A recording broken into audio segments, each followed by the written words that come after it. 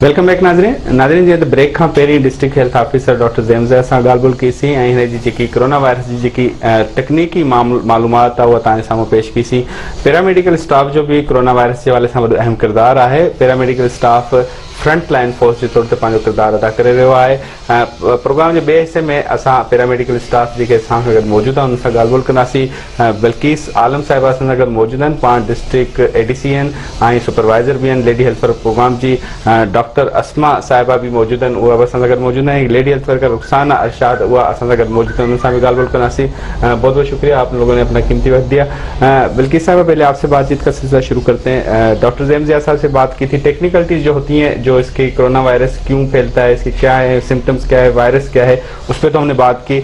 लेकिन जो आप लोगों का जो किरदार है फ्रंट लाइन फोर्स के हैसियत से डोर टू डोर अवेयरनेस के हवाले से भी आप लोग आवाम को आगाह करती हैं, क्या क्या मुश्किलात का सामना करना पड़ता है? क्योंकि कोरोना वायरस में एक तो SOPs के बारे में बताना और उनके पास जाना, खुद मुतासिर होने का भी खतरा होता है, तो उसको कैसे हैंडल किया जाता है? बिस्मिल्लाहिर्रहमानिर्रहीम, बहुत बहुत शुक्रिया। अभी जो हमारी मुल्क की सिचुएशन है, कोविड के हवाले से हमारी तकरीबन 300 के करीब लेडी हेल्थ वर्कर्स हैं जो रोज़ाना घर घर जाकर लोगों को सेहत का पैगाम देती हैं और कोरोना से बचने के बारे में आगाही देती हैं।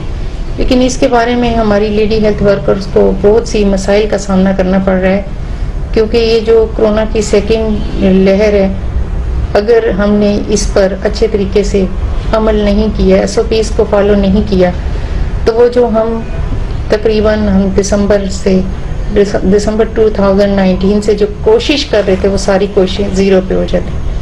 लेकिन इसके बावजूद अक्सर देखा गया है कि लोग ज़्यादातर SOPs पर अमल नहीं करते। वो समझते हैं कि बस ख़त्म हो गया कोरोना, या जिन लोगों को नहीं हुआ तो वो समझते हैं कि शायद ये कोरोना है ही नहीं। लेकिन हम और हमारी जितनी भी फील्ड में काम करने वाली लेडी हेल्थ वर्कर्स, सुपरवाइजर्स, हम हिम्मत नहीं हारते, बल्कि उनको भी बताते हैं कि इस चीज़ को आप बिल्कुल लाइटली ना लें, SOPs पर अमल करें। ख़ास तौर पे जितना हम इस SOPs पर अमल करेंगे उतना ही हमारा बचाव मुमकिन हो जाएगा। सही। डॉक्टर अस्मा साहब, आपसे पूछना चाहेंगे कि सर्विलेंस के मामला तो आप देखती हैं, डोर टू डोर जाना भी पड़ता है, अवेयरनेस देनी पड़ती है, आगाही काम करनी होती है, तो बुनियादी तौर पे एक डॉक्टर की हैसियत से हॉस्पिटल में हो या आउटडोर जाना पड़े या टेस्ट के हवाले से किन मुश्किलात का सामना होता है कोरोना पेशेंट्स को इंटरटेन करने में? बिस्मिल्लाहिर्रहमानिर्रहीम, थैंक यू सो मच।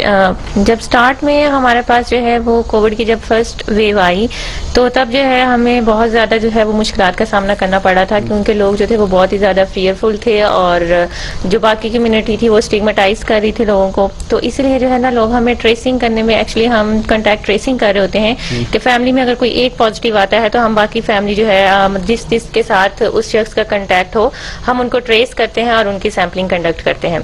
तो तब ये था कि जो लोग थे वो छुपाते थे और हमें जो है वो सही से इंफॉर्मेशन नहीं देते थे, और बहुत दफा ऐसा भी होता था कि वो जो अपना एड्रेस थे वो हमें जो है वो गलत बताते होते थे, जो फॉर्म पे फिल करते थे, या जो कांटेक्ट नंबर था वो रॉन्ग होता था। इस तरह की क्यों इस तरह गफलत करते थे? क्योंकि वो जो है ये एक तो खौफ बहुत ज्यादा होता था, और बाकी ये है कि उन्हें जो है ना स्टिग्मेटाइज बहुत हमारी जो है वो कम्युनिटी में उन्होंने कर दिया था कि भाई ये जो है कोविड का पेशेंट है और इसके साथ जो है मतलब कि आपने जो है इससे दूर रहना है। शायद ये वजह थी कि उसकी वजह से जो है वो लोग जो है वो गलत जो है वो इन्फॉर्मेशन शेयर करते थे, और उसकी वजह से जो है हमारी टीम जो है इतनी एफर्ट करके जाती थी उस घर में, लेकिन वो जो है आगे से उनका एड्रेस जो है वो गलत होता था, या फिर जब हम उन्हें कांटेक्ट करते थे उनके जो है ना नंबर्स पे, तो वो हमें जो है सही इन्फॉर्मेशन नहीं मिलती थी।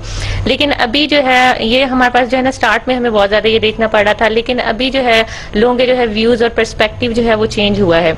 अब जो है लोग सही इन्फॉर्मेशन देते हैं। इनफैक्ट अब अगर किसी को कोई सिम्टम्स आती हैं तो वो हमें जो है ना हमारे हेल्पलाइन नंबर्स पे कांटेक्ट करते हैं खुद हमसे, और वो जो है रिक्वेस्ट करते हैं कि वो अपना जो है वो सैंपल करवाना चाहते हैं, अपनी स्क्रीनिंग करवाना चाहते हैं। अच्छा, जैसे एड्स की मर्ज है, उसके लिए बायस शर्मिंदगी होता है, कुछ लोग छुपाते हैं, तो इस पे क्यों इस तरह छुपाने की ऐसी कौन सा फैक्टर है? क्या उसकी बुनियादी वजह उनको जानी तौर पे खतरा महसूस करते हैं, इसी वजह से वो अपने आप को छुपाना चाहते हैं कि वो अपना जाहिर ना करें कोरोना के पेशेंट हैं, या मुआशरा कोई फैक्टर है इसका? मुआशरे का कोई फैक्टर है, मुआशरा उनको इग्नोर करना शुरू कर देता है? असल में इसमें यह है कि हम जो कोविड पेशेंट होता है उसे हम 14 डेज का जो है वो आइसोलेशन एडवाइस करते हैं, क्वारंटाइन करते हैं।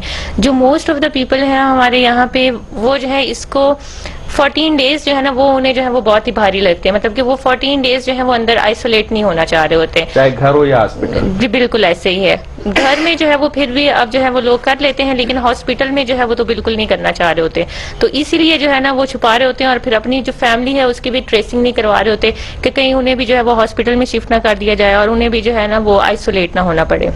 तो जो मेन रीजन है जो है वो यही है।